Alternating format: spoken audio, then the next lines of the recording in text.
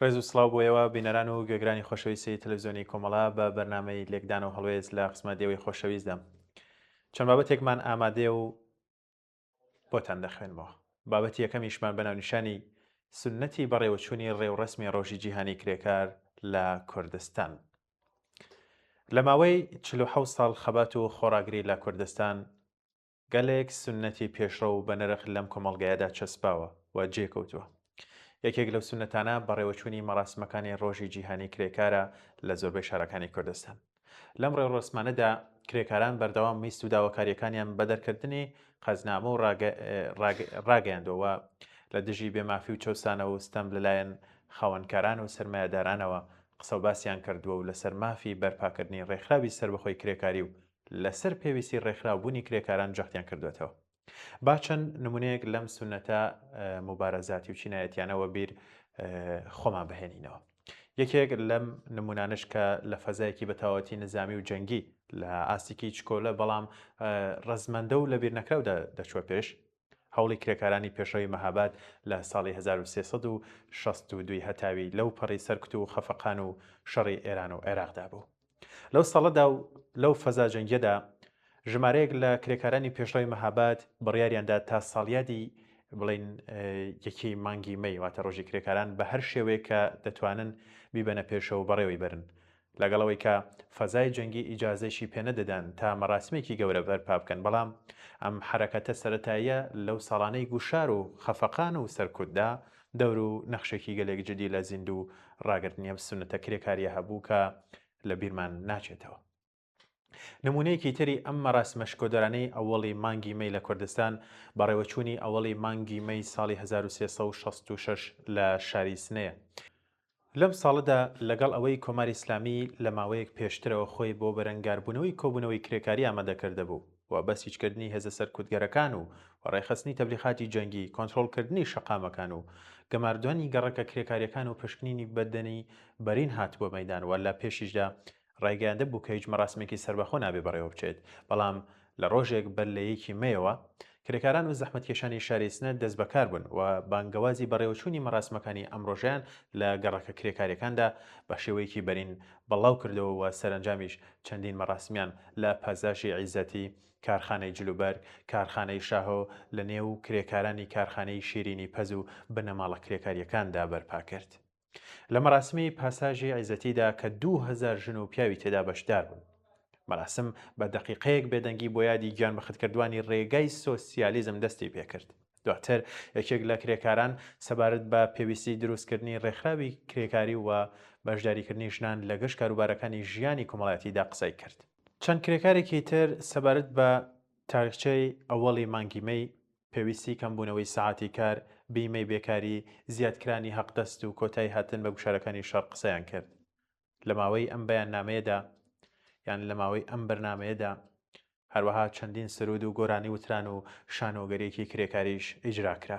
لە حاڵێکدا کە دروشمەکانی ئەوڵی مانگی مەی ساڵۆنەکەی خست بووە لەرزە، قەتعنامەی حەڤە مادەی کرێکارانی سنە لەلایەن بەشداربووانەوە پەسەند کرا. قەتعنامەی ئەوڵی مانگی مەی ساڵی 1366 هەتاوی کرێکارانی شاری سنە وێڕای داواکاری بەڕسمیەت ناسینی ڕۆژی کرێکار و تەعتیلبوونی کار لەم ڕۆژەدا، داواکاری مافی ڕێکخرا و مانگرتن، 40 کاتژمێر کار لە هەفتەیەکدا، حەقدەستی گونجاو لەگەڵ بەرزبوونەوەی تەوەڕۆم و قەدەغەبوونی کاری منداڵانی ژێر 18 ساڵ، ئاوردانەوەی جدی لە ژنانی کرێکار و چەند داواکاریەکی دیکەی لەو شێوەی لەخۆگرتە بوو. نمونەیەکی تر لەو مەراسمە شکۆدار و ڕەزمەندەی کە لە مێژووی خەباتی چینایەتی کرێکارانی ئێران با شێوەیەکی تایبەت و بەرچاو تۆمار کراوە، بەڕێوەچوونی ئەوڵی مانگی مەی ساڵی 1368 هەتاوی هەر لە شاری سنەیە. لەم ڕۆژەدا کۆبوونەوەیکی گەورە لە نێوان یان لەلایەن کرێکاران لە ساڵۆنی وەرزشی تەختی سنە بەڕێوەچوو. مەراسمەکە بە سرودی ئەنتەرناسیۆناڵ دەستی پێکرد و بە سخۆنڕانی پڕهەست و ئاگرینی کرێکاری کۆمونیستی گیان بەخت کرد و جەماڵ چراغ وەیسی درێژەی پێدرا. کرێکاری گیان بەخت کرد و جەماڵ چراغ وەیسی لە سخۆنڕانیەکەیدا وێڕای ڕوونکردنەوەی بارودۆخی مەینەتباری ژیان و بەڕێوەچوونی کرێکاران و زەحمەتکێشان لەسەر پێویستی یەکگرتووی و هاوپشتی و پێویستی پێک هاتنی ڕێکخراوە کرێکاریەکان و پتەوکردنی ڕیزی خەبات لە دژی نظامی سرمایهداری و بارودۆخی نایەکسانی مەوجود لە کۆمەڵگادا جەختی کردەوە. شانۆ شکۆدارەکانی بەڕێوەچوونی مەراسمەکانی ئەوڵی مانگی مەی ساڵی 1368 لە سنا قەت لەبیر ناچنەوە. ئەم مەراسمە شکۆدار و مەراسمی ساڵەکانی دواتریش لە شارەکانی کوردستان بە شێوەیەکی ڕێکخراو و بە ئیبتکارەوە بەڕێوەچوون کە لەگەڵ تێپەڕبوونی هەر ساڵێک سنەتێکی نوێ بە سنەت و ئەزمونونەکانی ڕابردۆ زیادی دەکرد و زیاد دەبوو. مەراسمی سربەخۆی ئەوڵی مەی لە شاری سەقز لە ساڵی 1383 نمونەیەکی دیکەمانە لەو بارودۆخەدا بەڕێوەچوو کە بزوتنەوەی کرێکاری ئێران زیاتر پەرەیسەند دەبوو و لەوە بەدواشەوە وێڕای توندبوونەوەی گوشارە پۆلیسیەکان، وێڕای ترس و گیران، زیندانیکردن و ئەشکەنجەی کرێکارانی پێشڕە و چالەکانی کرێکاران لە دەرخستنی ڕیزی چینایەتی خۆیان باوەڕ بەخۆی زیاتریان بەدەست دەهێنا. پاش ئەم ئەزمونانە کرێکاران هەموو ساڵێک بە شۆڕ و شەوقی زیاترەوە بەرەو پێشوازی ڕۆژی جیهانی کرێکارانی خۆیانەوە دەچون. بە بەڕێوەبردننی ئاشکرای مەراسمی سربەخۆی یەکی مانگی مەی لە شکڵ و شێوەی جۆراوجۆر و شوێن و مەکانی جیادا شێلگیرانە دیفاعیان لە مافی خۆیان بۆ بەڕێوەبردننی کۆبوونەوە و بەڕێوەبردننی سربەخۆیانی مەراسمی ئەوڵی مانگی مەی واتە ڕۆژی جیهانی کرێکاران کردەوە. ئاڵای خەباتی سربەخۆی کرێکاری خۆیان بەرز کردەوە و داخوازی ئابووری و سیاسی خۆیان تەرح کردە و لەسەر خواستە چینایەتیەکانیان پێداگیریان کردووە تا سنەتی بەڕێوەچوونی مەراسمە سربەخۆ ئاشکرەکان لە شارەکاندا زیاتر جێبکەون.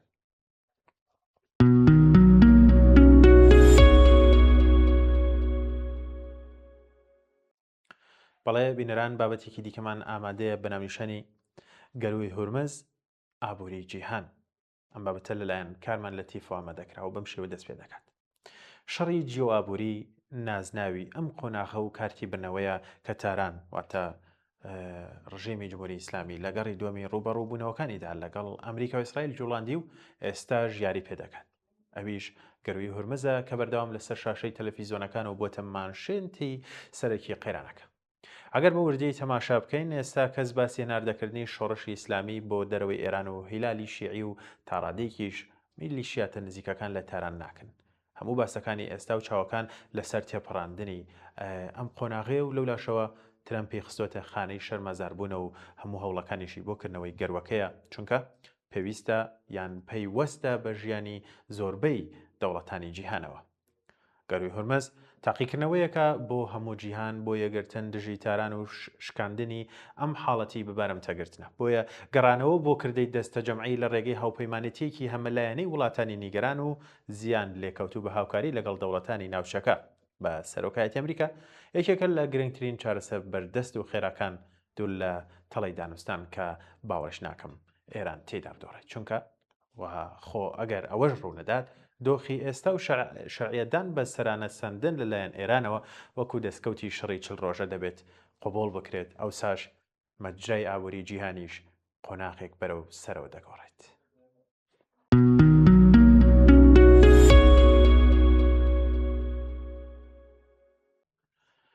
لە مێژووەوە گوتراوە شەڕەکان بۆ نەوت دەکرێن، بەڵام نەوت خۆی دەتوانێت چەکێک بێت و بڕیار لە شەڕەکانیش بدات، تەرازوی ململانیەکان بگۆڕێت. لە ئێستادا گەرژی ئاڵۆزیەکان ئێران و ئەمریکا لەسەر گەروی هورمز بەردەوامی هەیە. ڕێگریکردن لە تێپەڕبوونی 20 ملیۆن بەرمیل نەوتی ڕۆژانە بە تەنگەی هورمزە کە ئابووری جیهانی هەڵچینیوە، جیهان لە بەردەم کارەسەتێکی گەورەدایە.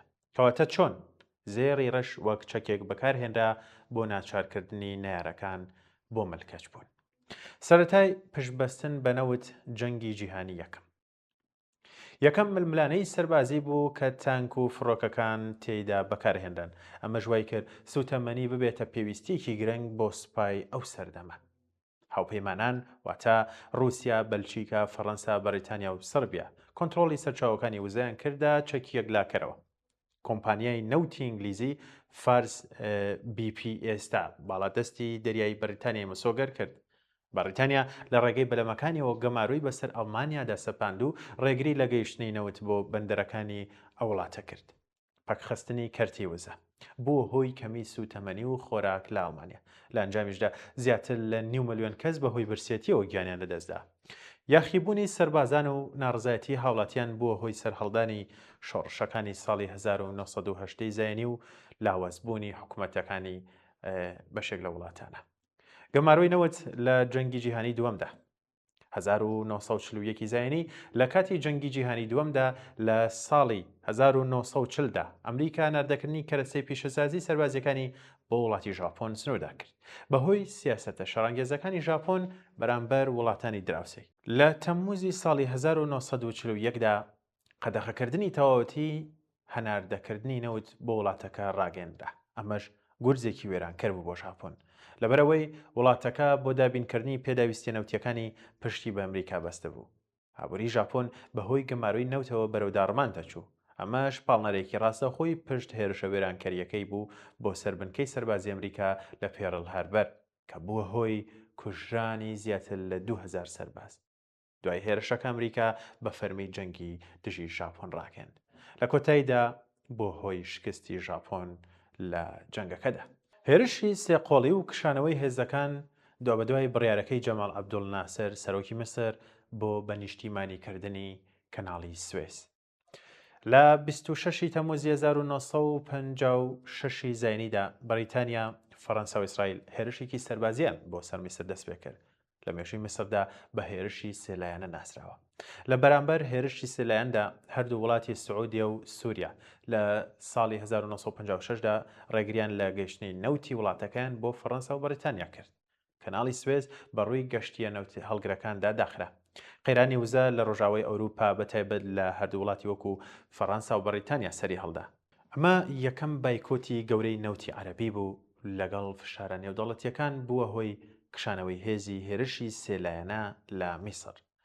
جەنگی بار هەڵگرەکان کامەش بابەتێکی ترە لە 1984 زاینی بۆ 1970 زاینی دوای شۆڕشی ئێران لە ساڵی 1970 چیتر نەوتێران بۆ هاوبەشێکی متمانە پێکراوی ڕۆژئاوان نەبوو بەڵکو کارتی فشار بوو لە دەستی تاراندا.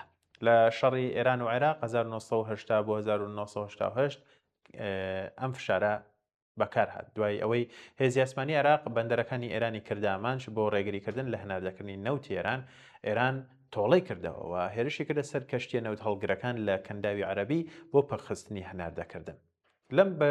لەم بەشە گرنگەی جیهانەوە بانگەشەی ئەوەی کرد کە هەندێک لە دەوڵەتانی کەندا و پشتیوانی عێراق دەکەن لە شەڕداوە بەتایبەت بڵین لەگەڵ ئێران. چەکی زەوی سوتاو لە داگیرکردنی کویت لە ساڵی 1991 زاینی بە درێژایی مێژوو سوپاکان لە کاتی کشانەوە پشتیان بە سیاسەتی زەوی سوتاو بەستووە. واتە لەگەڵ بوونی نەوت بە فاکتەر یەکلاکەرەوە لە شەڕدا وڵاتان ئەم سیاستەیان گرتە بەر بە وێرانکردنی کێڵگەنەوتیەکان بۆ ئەوەی دوژمن سوودمەند نەبێت.